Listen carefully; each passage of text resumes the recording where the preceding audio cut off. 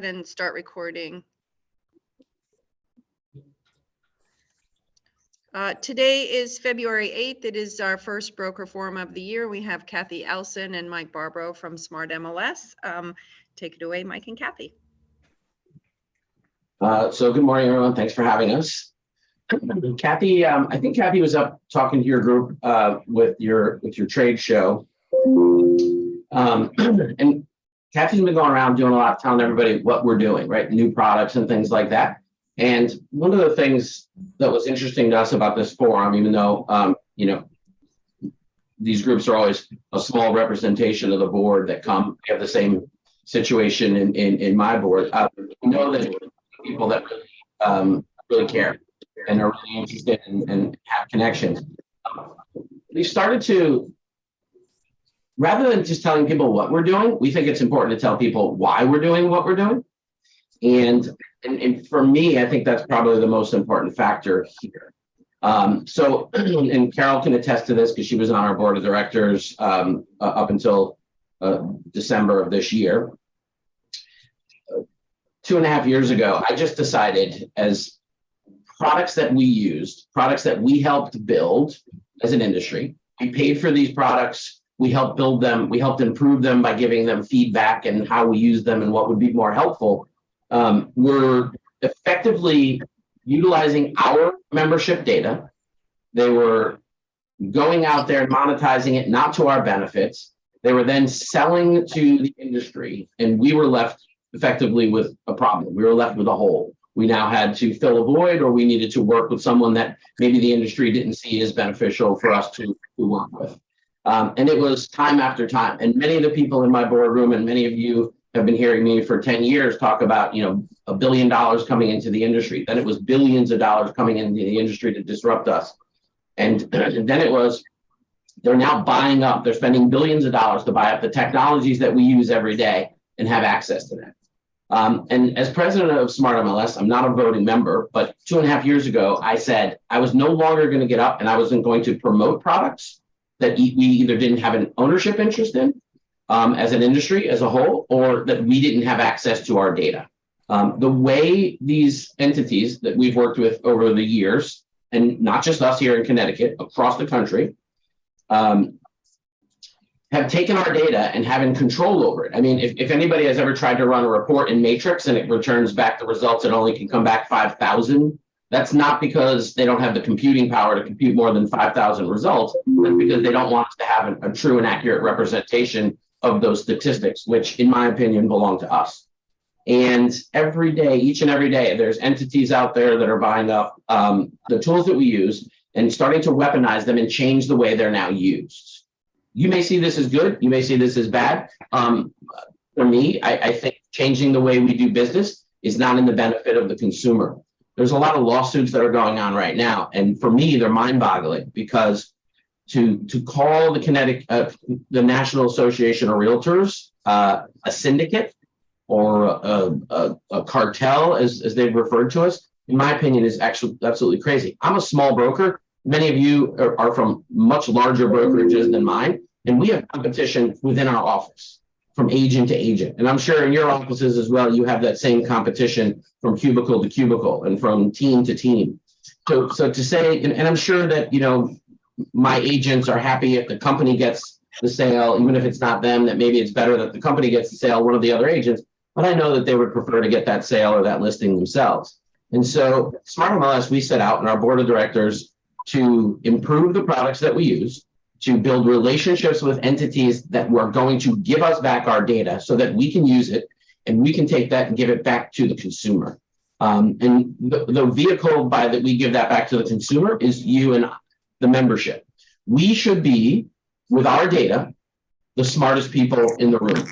It shouldn't go to one of the big portals. It shouldn't be to some new player that's coming into the game where the consumer can go and get information. And today, if I don't know if you disagree with me, the consumer has as much, and in many cases, more information than we have in the MLS.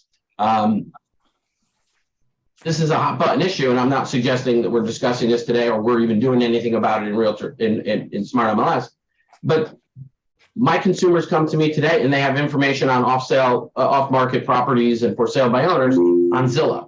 So in essence, they have more information than I do about that property. And when they want to see it, and if I have them under a buyer representation agreement, I then have to go to Zillow, find that property, call the owner, and make an agreement with them.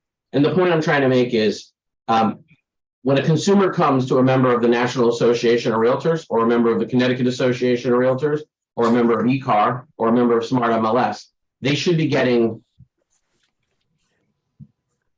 fresh data.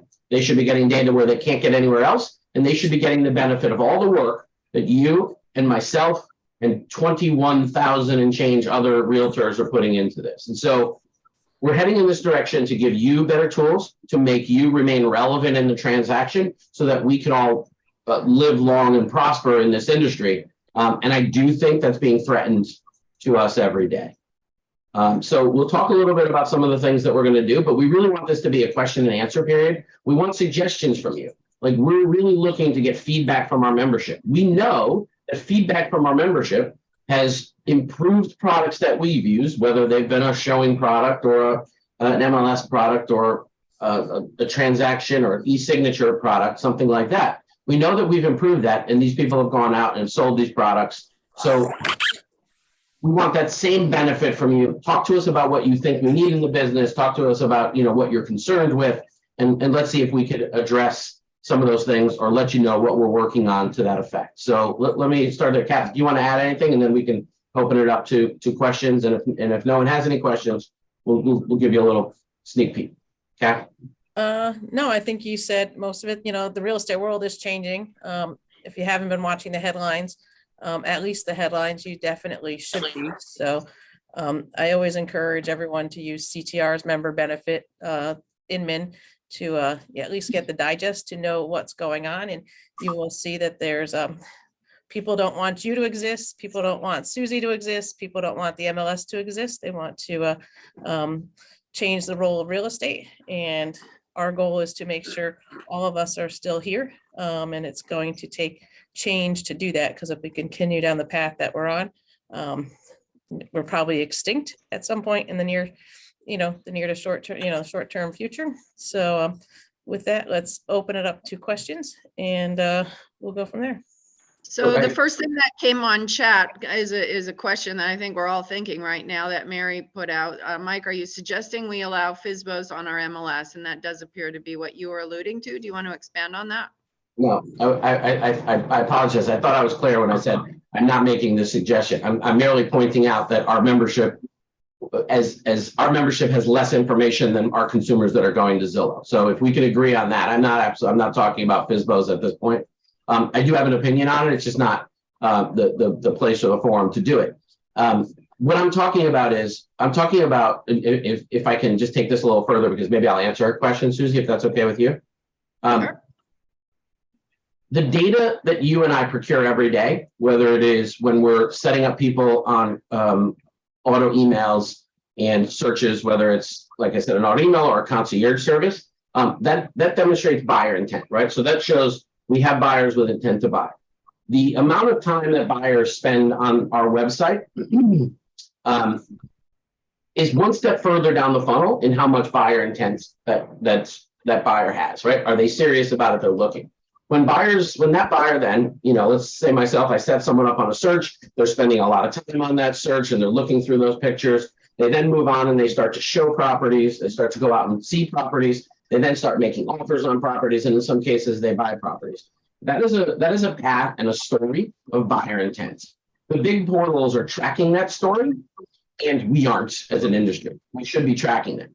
Now, before anybody gets, worried here, we're not talking about Michael Barbaro is working with the Joneses to buy 123 Main Street and they saw these properties in a row. We're just talking about that there's a buyer out there that's working with one of our agents that is actively searching in the MLS, that is engaged in that search in the MLS, that is out there seeing properties with their agent, whoever that agent is, whoever they are, whatever those properties are. But that starts to give us market level intelligence and transaction level intelligence that can't be obtained outside of our industry without our tools and our technology.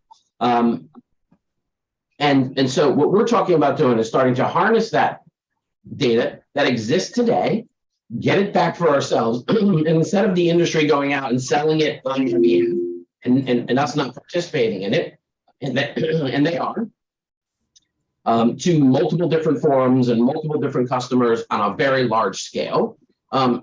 That we should have access to that, and first and foremost, be able to use that ourselves to better serve the public and better serve our clients and establish value. Isn't that what Remind does? I don't think so. I don't think so.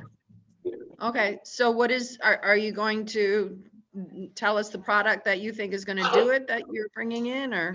It's not one product, Susie. What it is basically is, so today, currently in Matrix, I set my clients up on searches. We don't have access to that data. We've recently gotten access to the data only because we're leaving and we're going to a different product. So, but for years and years and years, we've asked for access to that information to say our membership should know. Here's where we would use that tool. So let me down on this one for a second. If I'm going to price up a house, if I was going to sell Susie's house and I'm going to price up a house, I should know. And I don't know where Susie lives, but let's say she lives in, West Hartford. When I'm going to price up Susie's house in West Hartford, if I'm going to market it for either $499,000 or $500,000, our system should come back and tell us, if you price it at $500,000, there's 100 people with an auto email search set up looking for this property. And of those people, of those 100 people, 60 of them are actually actively engaged. The other ones look at it once in a while or never look at it. Versus if we listed for $499, maybe there's 250 people with an active search set up and maybe 150 of those people. So I should be able to give Susie, as an industry professional, I should be able to give her intelligence to say, Susie, for $1,000 delta, we have a bigger audience. We have an audience of 3X or half X or whatever the case might be, and she can make a decision on her own. Today, we don't have access to that data. Again, I don't want to know that one of those 250 searches is Carol Christensen and it's the Joneses and they're looking for stuff. I just want them to know of houses that match the criteria of the house I'm about to list on Susie's behalf, and she has some market intelligence to be able to use it. Today, all of that information exists in Matrix. We just don't have access to it to give it back to you and myself to make us better informed than some of the portals that are out there. Does that make sense, Susie? So it does. Yeah, Brian made the comment that half of that information is available in Reverse Prospect. Yeah, and that's a very good point, Brian. That information is available in Reverse Prospect. You don't know about reverse prospecting, unfortunately, until you put it on the market. So in my case, if I listed Susie's house for 500 and I did reverse prospecting, I only know about 500. I don't know about 499, right? And the other thing is, in reverse prospecting, I'll make another point. If anybody's noticed in reverse prospecting, they don't number, right? They give you a list of all the agents that have people set up in searches, but they don't give you a number. They don't tell you how many it is. They don't say this is number 1 through 35. You have to count them. And again, is it because they don't have the technology, or is it because they want to make it difficult for me to be able to associate a number with that search? Michael, sorry, I didn't mean to. Yes. I have a question. So why do you say you don't have access to this firewall between, like, you seeing what's going on in the market and being able to actually sort of collate that information? So are you saying, is your question, why am I saying that I don't have access to this data because I should have my own personal knowledge of this? Well, I'm saying Smart MLS. Oh, the reason Smart MLS doesn't have access to it, it exists, right? Do you use Matrix to set people up on searches? I presume everybody in this room that works with a buyer sets people up on searches. So the data is in there. They've just refused to give us access to that data. And that is an industry standard across the board. And we have, as an industry, have accepted that for many, many years. So who's they? They is Smart MLS. Any data provider? No, any technology provider. So in this case, I'm referring to Matrix. So Matrix is a CoreLogic product. CoreLogic is probably one of the top 5 data purveyors, data sellers in the world. They obviously know the value of data. The fact that they won't share it back with us is not because they don't understand the value of data. It's because they see it as their proprietary data. So when we go out and we buy a product, I pay for CoreLogic Matrix, you pay for Matrix. Everybody else pays for Matrix. That's a member of this in Smart MLS. But we don't have access to that data. We've made a conscientious decision, Rose, to say we're only going to do business with technology companies that recognize that data does not belong to them. It belongs to us, the collective us. It belongs to me. It belongs to you. And I should be able to use it for my benefit. Okay, And so which the intent of provider is Smart that? I'm sorry. Go ahead, Susan. Which provider is that? You've set up the problem. What is the resolution? So we have, I think Kathy demonstrated, we're going to be having a new MLS product coming out soon. It's called DynaConnect. Some of you might be beta testers. It's already out. DynaConnect is a more advanced product. It has more current architecture. But the key reason that we decided to go with them is because they recognize and they were okay with giving us access to all of our data.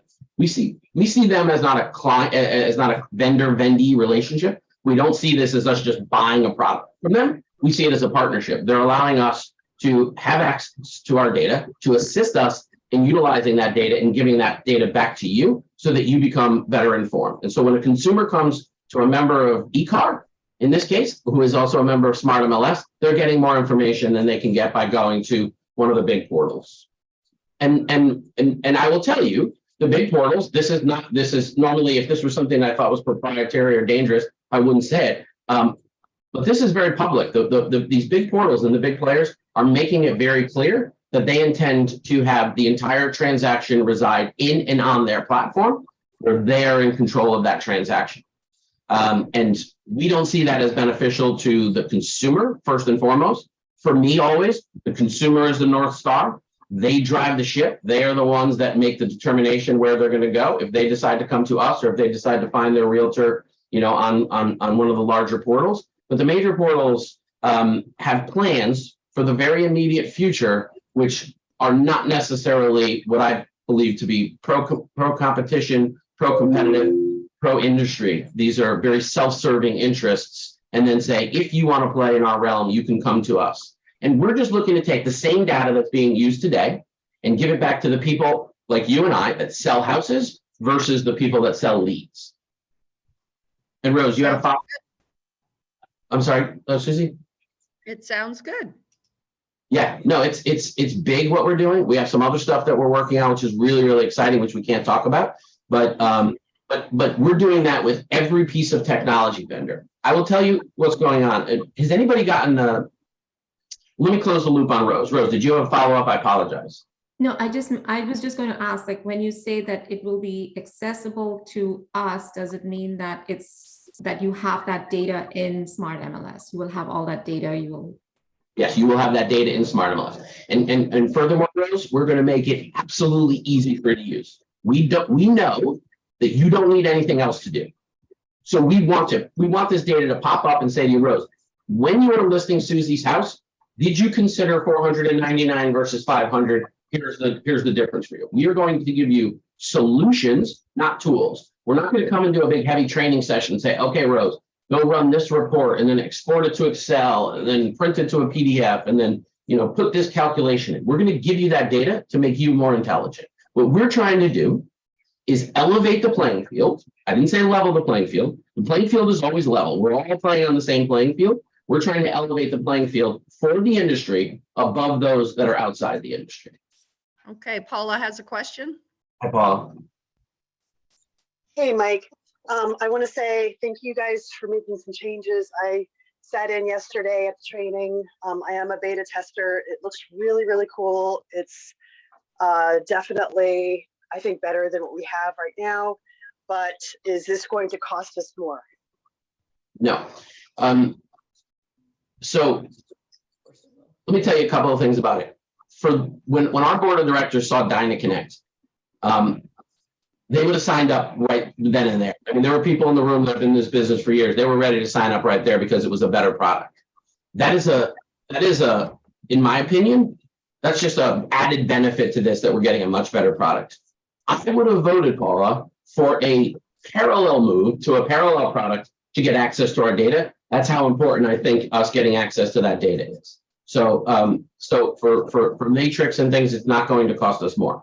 I also will say, though, I don't think that should be an impetus for us.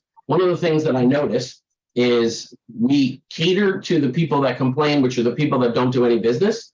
And it's like, I'm trying to compete here with people that spend billions of dollars selling in research and development, and using our data and buying products. I mean, Showing Time was purchased for $500 million. $500 million. Again, all public information. We built Showing Time. We paid for Showing Time. They have a significant percentage of the market. I'd only be speculating, but I have to think that they have a relationship with 80 to 90% of the market. Is that fair, Kath, would you say? Yeah, it's pretty high. It's Yeah. pretty high. When I heard that Zillow paid $500 million for this, I studied the market. I studied market valuations, equity market perceptions, this kind of stuff.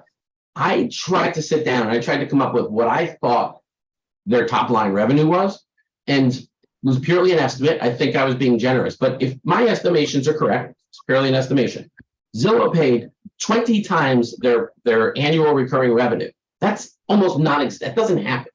So why did they want it? They wanted that data. And if you've seen recently the Zillow commercials, Zillow no longer talks about find your home on Zillow. They say schedule your viewing on Zillow. So what Zillow is doing, and they're doing it, and they're coming to some of the big brokers and saying, you should do this through us. And they're going to, believe it or not, some of their competitors, and saying, we've got this phenomenal product. Zillow envisions a day very soon where the consumer buyer will schedule an appointment to see a listing with consumer seller of that listing. And once that agreement is made, once the buyer says, I want to see it Saturday at 2, and the seller says, you can come Saturday at 2, then they will go out and sell that lead to someone that is willing to pay for that lead. That is an entirely different experience than we have today. Today, I buy leads from Zillow. I get a client. Client tells me they want to see it at 2. I submit it through Showing Time, and I negotiate that with you, the listing agent. Who thinks that the consumers living outside of our environments and making and scheduling those appointments is beneficial to our future? I don't. Does anybody? So, and look, I was on a call once with Zillow, one of their partner calls. This is an interesting story, and I'm going to keep it quick. But he had the CEO of Zillow had the CEO of Netflix on. I believe the CEO of Zillow is an early investor in Netflix. I think he's also on the board of directors. And the person from Netflix was talking about a story. He was telling a story. He says, I was at an event and someone introduced me to the CEO of Showtime, like Showtime, the movie channel like HBO.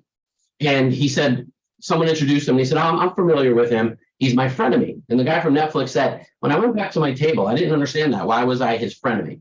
And so he said, I ran into him later at the bar or something. And I said, hey, what did you mean by that? I'm your frenemy. He said, today I give you my content and you're going to put me out of, I'm giving you my content and you're going to eventually put me out of business. And he said, right at that moment, he realized, wow, we need to start building our own content, because this is the important part here. Someday they're going to wake up and realize they're giving me their content and we're going to be in trouble. So he said, we went out, we started buying movie sets and hiring producers and actors and building our own content. Today, Netflix has their own movies, has their own shows and things like that. When he finished that sentence, the guy from Zillow said, I know, I wake up every day and go, when are they going to realize they're giving me their content? And I was thinking to myself, did he forget? Does he think he's just on a Zoom with his friends and that there's 1,000 brokers that all spend a lot of money with Zillow on him? And so I just feel it's time for us to stop giving our content to them, because I think the consumer has established that they want it. I think it's time for us to also be able to use our content and be more valuable to our clients. And that is a very big concern of mine. I see a bunch of questions in there. So Is it? Yeah, I don't see any other questions, but back to Paula's question, if we're going to elevate, the word elevate sort of implies elevating the price as well. When you answered Paula's question, you said we're not going to charge any more for things like Matrix and stuff, but you didn't include Dynatech. So is Dynatech like an add-on thing that you can pay for or not? I mean, just if you can be clear about pricing Because Yeah. it sounds like you're bringing in an expensive but much better product. So will that end up being to the end user, our members, more expensive? It's not more expensive, quite frankly. What I meant by that is the core products are going to be the same. In terms of pricing, the core products are the same. In the future, if we start to add products, not saying, Matrix and the MLS system is not adding a product, that's an existing product. But in the future, if we start to add products that we don't currently have today, that the membership finds. So I meant our goal and our plan is not to change anything, but as we start to evolve and things come around. So some of the things we're looking at, right, are data verification tools. So today, I don't know about you, I don't have the ability to go and search very specific things. I have a client, they're a very wealthy couple, and they have a young son who plays tennis. They absolutely have to have a tennis court on their property. You would think that I could reliably search the MLS and say, show me properties with tennis courts in Westport. I will tell you that's not true because some people forget to put it in. Some people don't put it in there where I can search it. They put it in, lovely tennis court in the description, but I can't search that in the MLS. I'm just searching, the features of the property.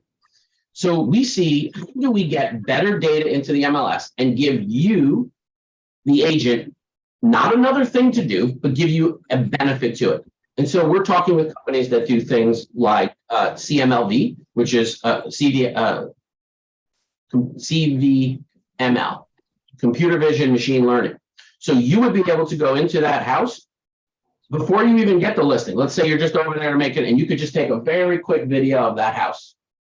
And if you get that listing, you would then be able to just take that listing and take that video that you took and upload a very accurate listing details. It would know the kind of floors, it would know the size of the rooms, it would know whether or not a room was a bathroom or a bedroom, it would know what floor it was on. So without giving you a benefit, with saving you time, we can give everybody, including you, better detailed data where you could then search more specifically or have information that you don't have to call the agent up and say, hey, is the master bedroom on the first floor? Or, where is this bathroom? Or is that bathroom in the basement? Or are you trying to count it? So we're looking to give you guys better tools. If down the road, and this is very early in this technology to be able to do it, but we are talking with some of the industry leaders about us being a pioneer.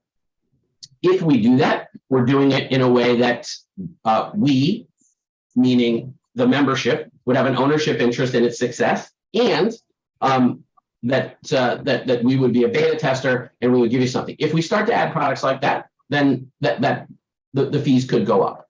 But that is, I'm just trying to be frank. I'm not telling you that we have this plan that it's going to go up, but we have to be honest. If we start to add tools to this that are significantly beneficial, then we could see that. But right now we have absolutely no plans to raise our fees or anything on our roadmap that would require us to raise our fees. Including that Dynatech product would not be an add-on. That would be the same monthly fee without any additional fee if you wanted that product. Correct. Yeah. We envision that to replace Matrix. Now, I will tell you, there are going to be people. I appreciate what Paula said, and I agree with her. It's a much better product. You're going to have an app. They built an app for us. We were the first people to. So we actually have a smart MLS app. It's not a home snap app that you have to tell your clients. It's smart MLS. It's our app. So we get to use it. But at the end of the day, there are going to be people that say, I don't want to move. I don't want to change. I'm going to be in the business for 3 more years. Don't make me learn something new. We have to deal with that and we have to face it. But our goal is to take Matrix and replace Matrix with DynaConnect. Now, there's going to be an overlap for a period of time. There's not going to be, because I know where you're going, not going to be an extra charge for the period of time. We've budgeted for that. But at some point we are hoping to be able to sunset Matrix and get everybody entirely onto DynaConnect because it's beneficial, because it's a better program, because their consumers will get a better experience on the portal side when we send them listings and properties. And also, and in my mind, the most important part of this is we are now going to have access to the data that belongs to us that they will not give us access to. Someone asked a question and says, I'm confused. If it's available in the MLS, why don't we have access to it? Because we don't own the technology. So it's in the technology. When you key it in, right, it goes to a database somewhere, and that database is currently controlled by Matrix. And Matrix has told us in the past that we could not get access to that data. And they and look, shame on the industry for not asking for this sooner.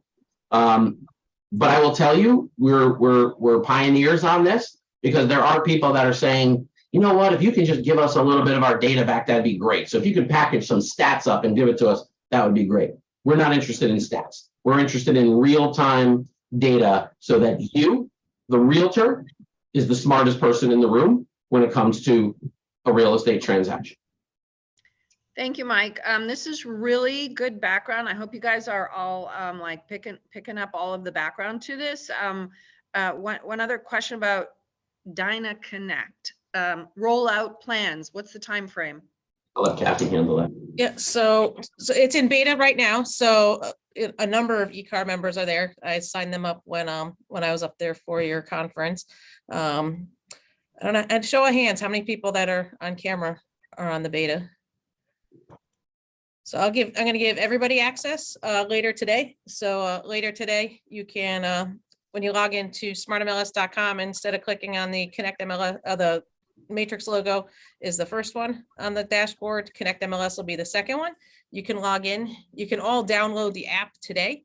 It's Smart MLS, all one word, on either the App Store or the Play Store, and log in with your MLS ID and password. That is up and working and live, and all the information is from Connect. It's the mobile version of Connect. It's the full version of the MLS. We are looking in the next couple of weeks to let brokers and managers know across the state that this system is coming, giving them at least a week to find out more information. We'll probably have a session on it, so they're informed, and then let the membership know that Connect MLS is coming, and then having training, having a parallel period, and switching over sometime this summer. Okay. Do we have any other questions on Dyna Connect? And if not, we'll shift to a couple other topics. One of them being Broker Bay, the shift away from showing time. What is the latest on that? So it's a very interesting question. You'll see that it follows suit to what we've been saying.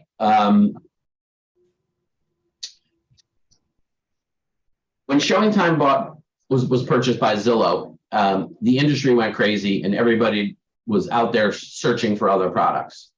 Kathy and I did, I don't know, 12 to 15 demonstrations with other products, largely products that were brand new, hadn't gotten off the ground, had a few hundred customers, whatever the case might be. Broker Bay by far was the best product that was out there. There were a lot of underbaked product. Broker Bay was the best product. It was owned by and the CEO was a young guy out of Canada. He was pretty slick. He understood his product. He was a very good salesman. He was much better at demoing his product than everybody else.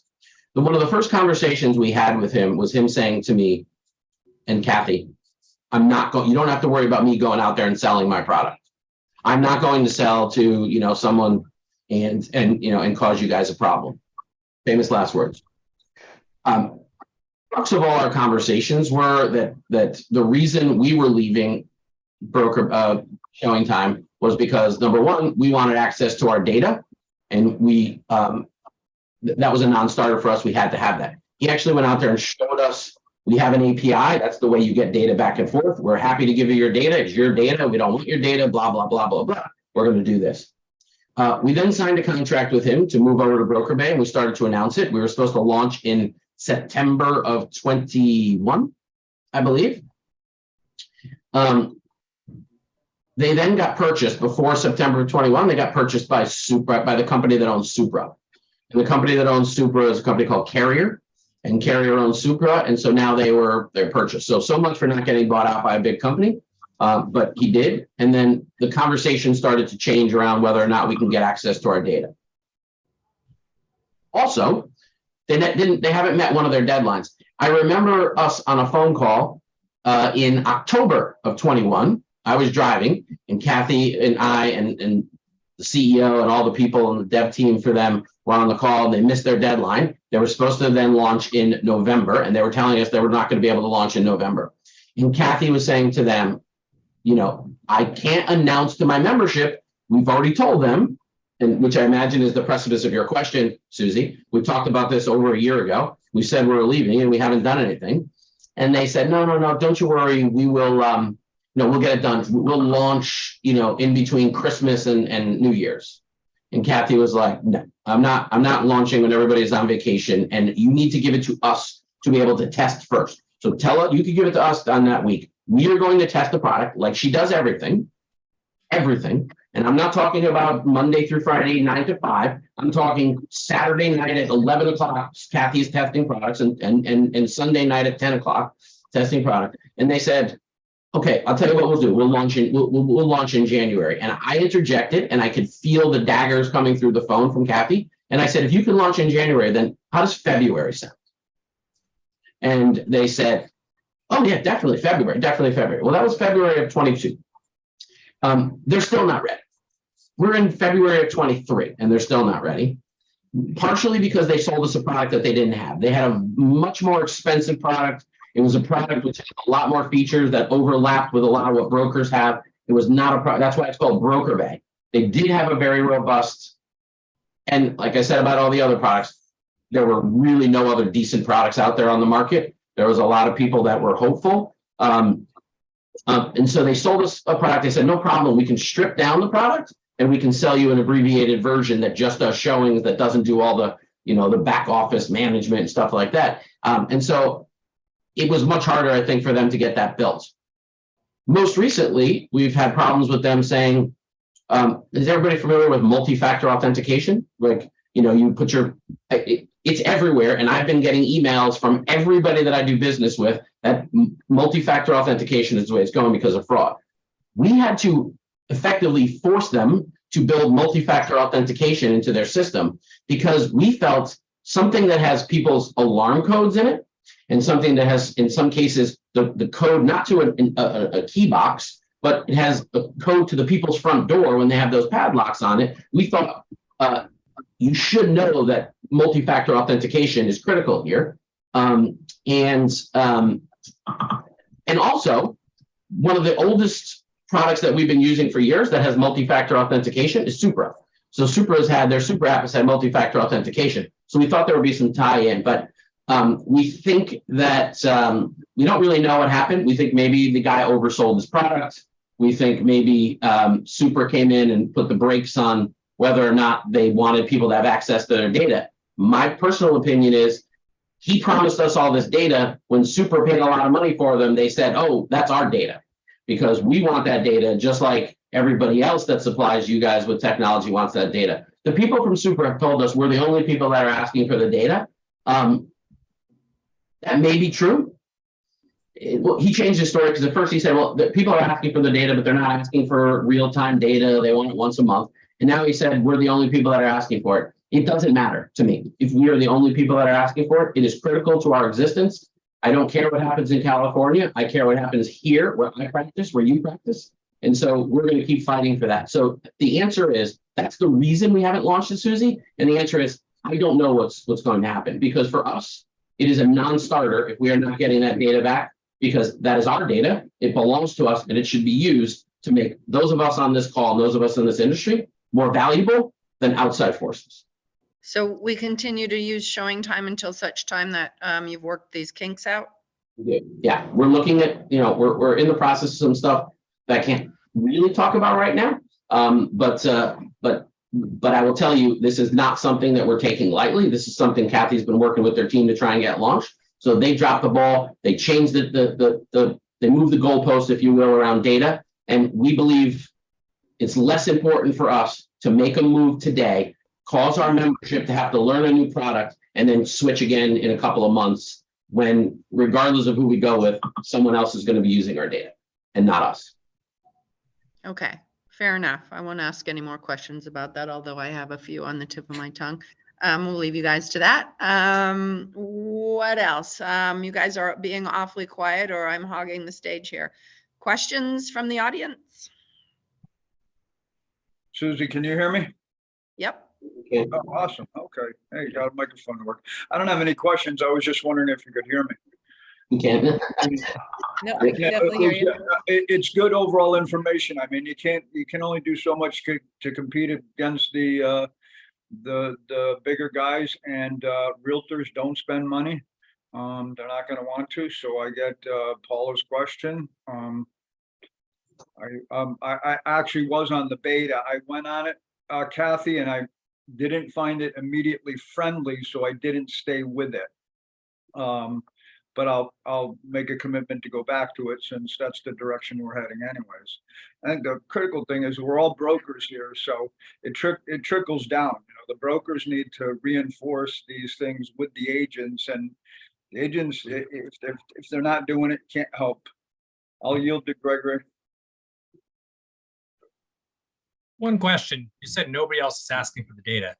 Do we talk to other MLSs and ask them to ask for the data too, to give us more leverage? We have, right? We've definitely had conversations with others, and we're just at a different level than they are, right? It's really scary when you talk to some other people out there and what's going on, and you know, their view of what's important is very different than ours. We've always been a different MLS out there across the country, all of our vendors. We definitely have a higher level, and it's conversations that are being had, but they just, I don't know, lack the vision that we do. The information that you're going to get, the problem, you know, to you know, back to Brian and it being different. So, you know, Connect is different. It does take a conscientious effort to turn that off, to be like, okay, you know, you're so used to the muscle memory to go back to Matrix to do things. You know, it took me, I'm in the system, pretty much 18 hours a day, right? Going in and making sure it's good. And but you know, a question comes in, if you called and asked me a question, my first glance would be to go to Matrix to get it, right? Because I can get it for you on the phone in a heartbeat. I have to stop what I'm doing, say, nope, you got to go to Connect because this is what we got to use. So I'm in the same exact spot as you guys are, used to it. But the information being there and the information you're going to get back to it and the presentation, it's worth the effort to utilize the product, to stop what you're doing. I had someone on the, we did a hybrid class that Paul was on yesterday. So there was a bunch of people that were upstairs in her office and they're like, nope. She's like, I'm going to go cold turkey, right? I don't suggest anybody go cold turkey and just, you know, stop Matrix and go to Connect, but definitely start to get used to it. We have had conversations with others, with the other MLSs that are with Connect. We're elevating the playing field for other MLSs, right? So they're going to see what we're doing rather than hear the words. They're going to see the actions and are going to wonder, you know, how we did it, and they're going to try to emulate it. So conversations are definitely being had. Talking to boards of directors, you know, it's been a long time. We are super lucky that we don't switch leadership every year, right? Because these are conversations that have been going on for years. When you switch the board of directors on an ongoing basis, you don't have that continuity. And this industry takes a lot of continuity because there's a lot to learn. Like your heads are probably spinning from the conversation we had, you know, for the first 20 minutes, right? So no offense to anybody, but those are the types of conversations and understanding the why and understanding all the moving parts and pieces, and getting everyone up to speed. You know, we do have new directors and it takes a long time to bring them up to speed and to re-educate as to why and to explain, and then what the vision is and the short-term plan versus the long-term plan. So getting other MLS executives to understand that, getting their leadership to understand that, and then it to trickle down is difficult. So, but they will definitely see by our actions. And I think the industry starts to change after that. What's funny, Kathy, is that Connecticut, in real estate, we really are trendsetters. We have buyer agency when most of the rest of the country doesn't. And Kathy, for all of you guys, is a complete trendsetter on Smart MLS. The painful change to uploading copies of contracts to make sure that we remain transparent and that the realtors are, you know, important to the transaction. That's kudos to Kathy and Smart MLS, without a doubt. We've got a couple of questions. Paula, then Melissa. Go ahead, Paula. Hey guys, thank you guys for coming today again. So one of my questions is the integration with the other products that MLS offers, which are awesome, by the way. I just kind of want some affirmation that, you know, Fast Stats, Authentisign, Transaction Desk, that slew of amazing applications you guys give on that front page, is that in the works to make sure that there's going to be a seamless transition so that the data fills in correctly into those products that we already love and use? Yeah, so all of that is done via third party, via RETS things, and that we're going to transfer that first. So all the products, we're taking a look at all the products and service we have, and we want the best of everything, right? So best in breed of everything, things that we've got an interest in, and everything is going to live in Connect. So where we're pretty disjointed today, everything is going to be right there. When you log into Connect, it's going to be your dashboard for everything real estate that we're involved with. So you're going to have widgets that will give you information about the different products that you have. It's all going to be there, right there, so you can see what you're doing. You don't have to go somewhere else to see what's there. It connects, everything's interconnected with lots of opportunity. It's going to, our roadmap, there's like phase A, B, and C, right? And the first part of our foundation is DynaConnect, which Connect MLS is the MLS product of DynaConnect. And that's the first part of the foundation. And we've got other pieces that we're attaching to it. Fast Stats is not going away. We're enhancing Fast Stats with another option called Smart. You'll notice we've got Smart Tax. So Realist is going away, right? But Realist is being replaced with Smart Tax. It does everything Realist does. It just does it better. It's prettier, it's easier, and we can get the data and the information back from it. It's tied right into the MLS. So you guys will see that once you have access later today. So it's going to be transformative what we're doing, but we want an evolution, not a revolution, right? So there's no uploading listing agreements. I've lived through nasty, right? For a few years, clear cooperation, all of that. I prefer to, keep my name off of those Facebook pages and being, what's said. It's going to happen, right? People are not going to be happy, but we're working tirelessly to do whatever we can to have the best possible rollout for Connect. So we've spent hours and hours and hours on how we think real estate is done.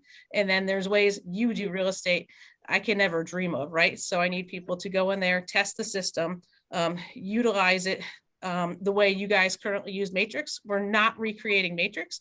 There's many elements to it that are going to be very similar to Matrix.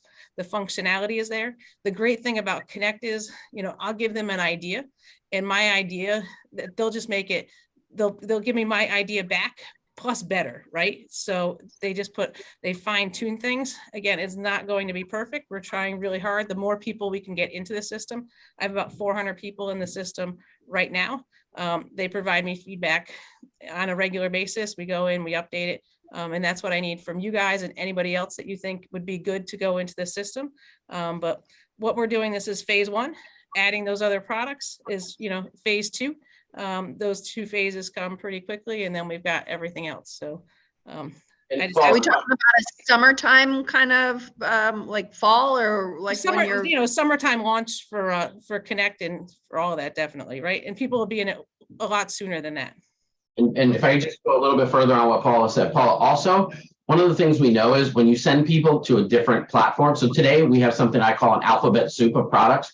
So I send someone an email from my URL, right? Michael.Barbaro at whatever. And then I introduce them to Matrix, and they have a search on Matrix. And then I send them something on my phone. It comes from HomeSnap. And then I send them a document to fill out in Transaction Desk. They sign it on AuthentiSign. Showings are in Showing Time. Everything here is going to live within DynaConnect, and it's all going to be your products as a Smart MLS product. So it'll be a Smart MLS forms and e-signature tool, Smart MLS tax tool, Smart MLS statistics tool. And so all that stuff is coming your way, but it'll be easier for you to use. You will live in your dashboard in your environment, and you'll be able to use that. And I think your consumer will see more continuity, because I've had calls from my consumers go, what is AuthentiSign? I don't know what this is. Or, I don't want to open it up. Is this a scam? So everything is going to be branded to Smart MLS and your brokerage, if you so choose. So it could be, Smart MLS, Carol Christensen and Remax Realty. So perfect. Melissa, next. Always happy to help. Melissa, you're okay. You're unmuted now. Go ahead. Okay. Yes, I just wanted to say thank you guys for looking out for the realtor's best interest. I think it's by far very important, and the work you're doing is very much appreciated. You had mentioned something about the computer vision learning, which I know is probably stage 3 for you guys. But I would like to know, it sounds like this product is already out there. Is this something that the big boys, Zillow and those are already investing in? And now we have to level up just to compete with that. Oh, yeah. If you could just talk about that a little bit. It exists today. It's used every day, and not just in real estate. It's used in everything that you do. So that's why if you go shopping for a pair of sneakers and you say, "Show me sneakers like this," other sneakers like this, it's using computer vision. We're just trying to take it and apply it a different aspect, something that benefits us and gives it to us. But yes, they are absolutely using it. We use it as well. We use it for things like identifying the kitchen. So if you want to see just the kitchens, we use it to find out if there's things that shouldn't be in there, personal photos, license plates. In some states, it's illegal. Yard signs, that's what it is. Kathy's not driving around looking for yard signs and pictures. The computer pops up and says, Michael Barbaro put a listing on it, has a yard sign in it. So we use it today. We're looking at it for an adaptation to something that not only makes my life easier to put a listing in, but also gives benefit to everybody around me. So now, and I'm gonna admit, I don't put room sizes in, but I should, because I get a lot of calls saying, how big is the master bedroom? In this case, it'll force me to put room sizes in by giving me something easier to do. So it exists. You were absolutely right. The big boys are 1,000,000% using it. And that's what they're doing with everything around us is a whole nother conversation. They're going to have drone footage of every house that exists. So while you're deciding whether or not this listing deserves you to spend another $100 or whatever it is for drone footage, the big players are paying people to go out there and take drone footage of every house that's out there. So we're watching it. Okay, we got time for one more question from Rose, and then I know Kathy and Mike need to take another meeting. So go ahead, Rose. So it was again a question about computer vision. So you can actually use it with the listing photos that are already uploaded, right? But if you require an agent to take pictures, does it require any kind of special camera to measure out or anything? Rose, listen, and we're not requiring anybody to do anything. We're giving you tools to make your life exponentially easier and give you added benefit. If you choose not to use them, you choose not to use them. But we're trying to make it so that it's so beneficial for you to use. If you want to go with your tape measure and measure up a room and write it down on a pad and then go sit back at your desk and do it, you're welcome to do it. We're just trying to say to people, here's a tool that makes your life easier and gives all of us added benefit by giving us better data and better information. But we're not going to force you to do anything that you wouldn't want to do or you don't want to do, or that's going to be just as hard for you to do. And it's going to be a regular phone camera that. A regular phone camera, yeah, it has to be a more recent model with that other little dot there that's called LiDAR. But yes, you're not going to have to buy any special equipment. We're very conscientious of saying it has to be easy, better, and beneficial. Okay, And all right. I'm just going to Kathy ask and for. Mike. Do you have a I'm just going follow-up, to Rose? ask Kathy again for that. What is the mobile? Yep, so just go to your Play Store or the App Store and just put in Smart MLS, all one word. You'll see our app come up. It's got our logo on it. So you'll know you're at the right place. Just log on with your MLS ID and password. And then if you've got people in your offices that want, that app ties directly to Connect MLS. If people want access to Connect, when you tell them about it, I'm more than happy to sign them up. Can I just ask a question, Susie? Is the why helpful for everybody to understand why they're going to go through this pain? Is this something we should be talking about? Great. Got a lot of heads nodding yes. So I think it was Absolutely. yeah. Absolutely. I didn't get it before that, Mike, so I appreciate that. Thank you, Mary. Okay. All right. So Susie, we'll be back and we'll come back anytime you want and we'll train and we'll explain and we'll do whatever we have to do. We just had an unfortunate overlap today.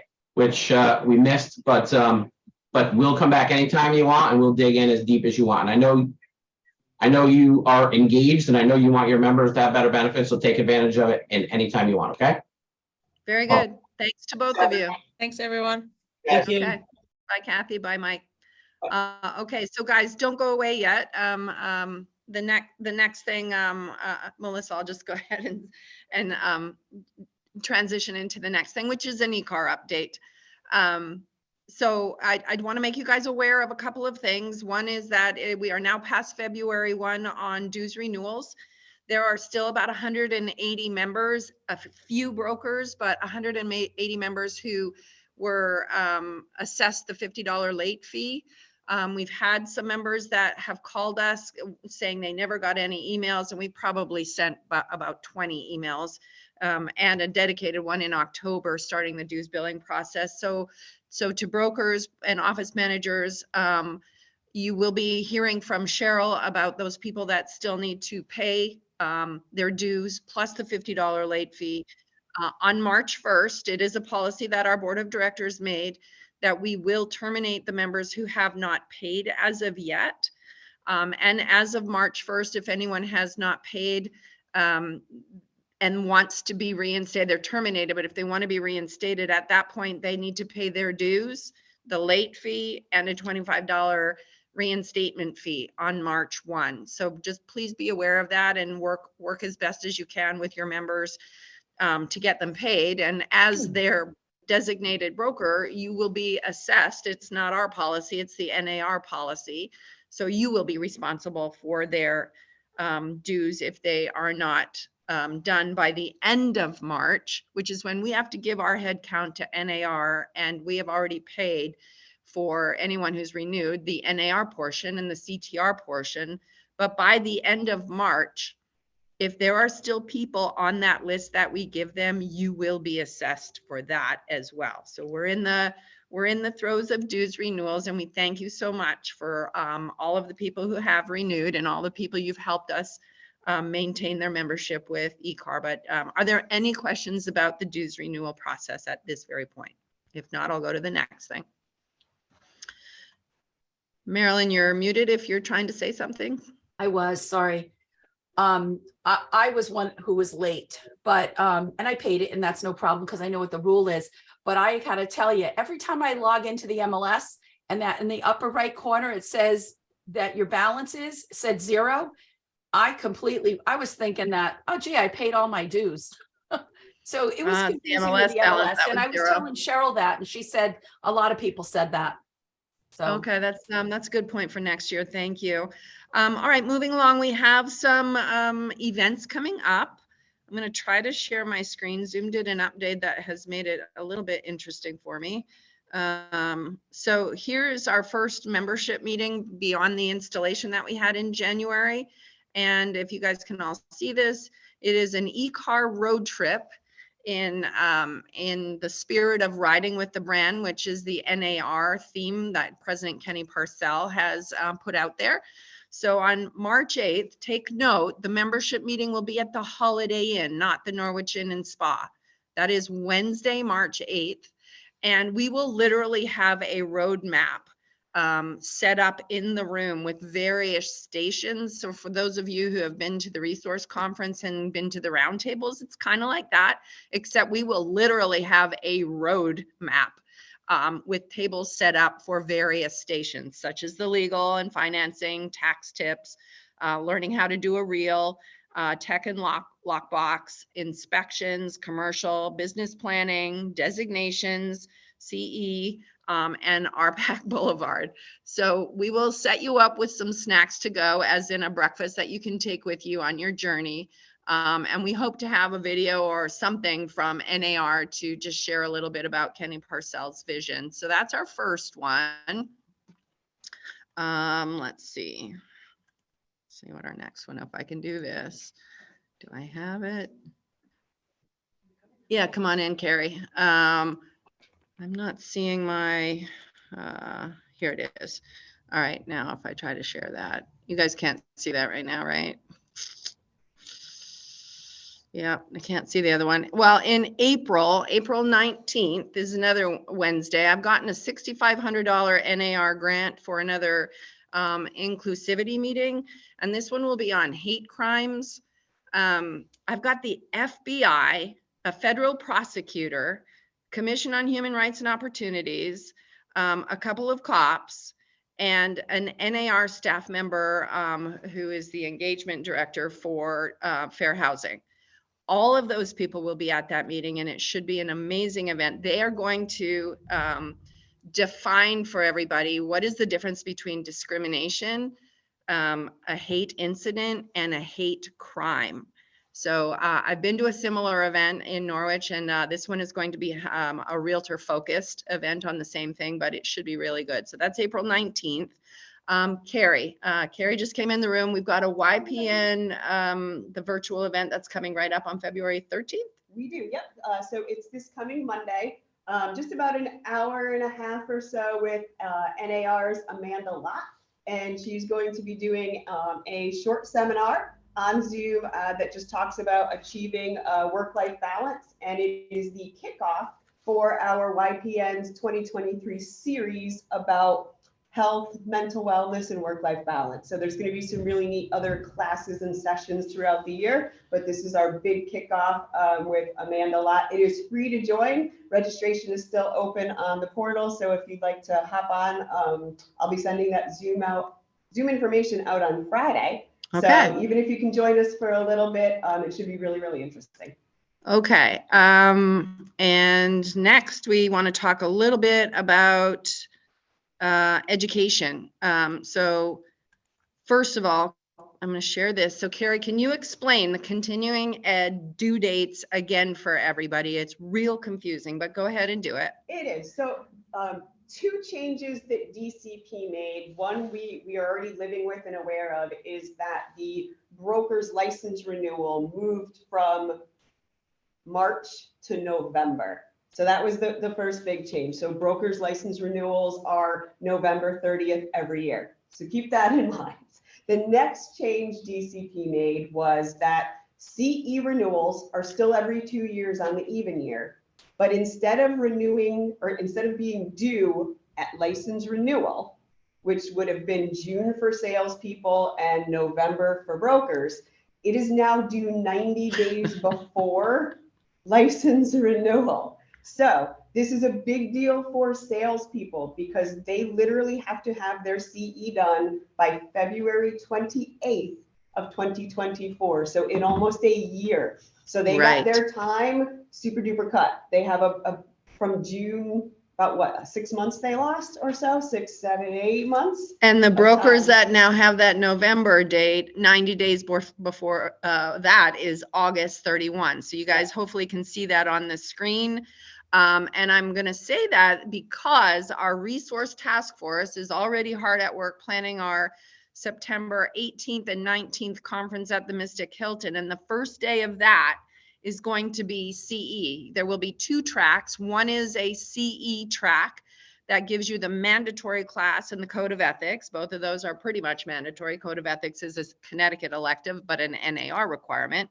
And then the other track will be a more elite track offering classes towards the CRS, which are not electives for the state, but they go towards the CRS designation. So stay tuned for that. I'm going to scroll real fast so you can see how many classes we already have scheduled.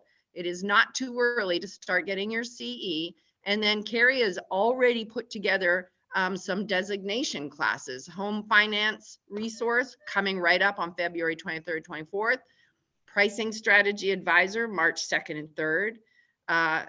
SRS, seller representative specialist, April 3rd, 4th, and 5th. ABR, accredited buyer representative, May 17th, 18th, and 19th. So this is a year of CE. Absolutely. And I see Amy on there. So huge kudos to Amy with Dynamic Directions, who has been in touch with me to allow me to share all of these designation courses with our ECAR members. There will be lots more to come. That literally just takes us through April, and we're going to keep packing the schedule. But we're about booked through like So April, May. one thing also, and we're loading this up. So because of the change in the CE timeframes, I asked Carrie, like, we had so many new members in the last 2 years with COVID, as you all know. Everybody wanted to become a realtor during that time, and our membership has grown significantly over the last 2 years. But those people, they need CE, right? Yes, so any salesperson who got their license before June 1st of 2022 needs to take CE for this new cycle. They would have been exempt for the last cycle, which is wonderful. But if they sat for their license exam on or after June 1st of 2022, they are required to do full 12 credits of CE, which is going to be a lot of people for the first time. Okay, A lot of people so for the first time. brokers, please take note of all those dates we just threw at you. And back to President Melissa, whose theme is ECAR, your resource center. We are being your resource center, especially in the way of CE classes. So please take advantage of our classes. And one of the great things about taking CE with ECAR is we have your record. You can look up your own record and see which CE classes you have taken. We cannot do that if you take a class somewhere else. So that's one good reason to take them with ECAR. Yes, All right. and can I say one more? One more thing. With that 90 days, having CE do 90 days before license renewal, DCP is saying that they are going to require. Sorry, I didn't know someone was out there. Oh, okay. For CE certificates as proof via the e-license system before they will renew your license. So being able to access and have those certificates on hand is going to be essential for you. And you can do it right through our portal. And that's kind of a change from years past. They started to do it a little bit with people who were late renewing or defaulted on CE last year. It seemed almost random at first, but they were asking people to prove and send in certificates. They're saying it's going to be 100% this year. Okay. So Any questions about CE or anything we just filled you in on? Yeah, Carrie, what did you just say the last thing about having to send something in? I didn't quite catch the last part. I'm sorry. Yes. So they started it a little bit last year, kind of randomly, kind of people who were late. But the DCP is saying that when you go on to e-license to do your license renewal in 2024, you will be required that screen-to-screen submission to submit your CE certificates, files and upload them. Did you get that, Paula? Yeah, there was a couple of people I think that are not muted, but I got the gist of it. Thank you. Yeah, basically, when you renew your license in 2024 online, they're going to make you upload your CE certificates. Perfect. Okay, President Melissa, back to you. We can't hear you at the moment. How about now? Yep, no. Good. Good. I just wanted to thank everybody for coming today. And I think we had a lot of good information from Smart MLS and some good things to think about. And if we're not on the beta tester, I know I'm not, and I'm going to join it. So I think it was great information. I'll do whatever I can to help facilitate anybody's questions if I can help as well. Thank you for coming. Are there any open broker forum items before we sign off? I know you guys got. This is Carol. Can you hear me? Yep.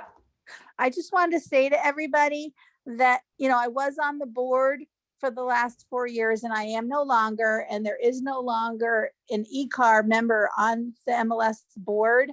But I had talked to Kathy and Michael when I stepped down, and I'm going to kind of still be the conduit. So if you need to know something or you don't understand something and you can't get to the right person quick enough, try me and I'll see what I can do. I still kind of have a direct line to both of them.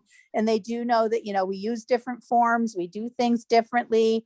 I've been sitting in on the meetings, so I know that there's going to be, contracts and things that are going to change, and they know we do things differently. And so I want to make sure, and I said to them, you want to make sure that ECAR is still included on how you do everything. So I'm kind of like the unofficial. I'm not really a member, but I'm like their ECAR conduit. That's, they have a name for me, but I don't know what it is. Excellent. Thank you, Carol. And Marilyn is muted, so I'll just speak for her. If you haven't seen the 5 in 5, that CTR video that they recently put out, they highlighted the 2023 major investors.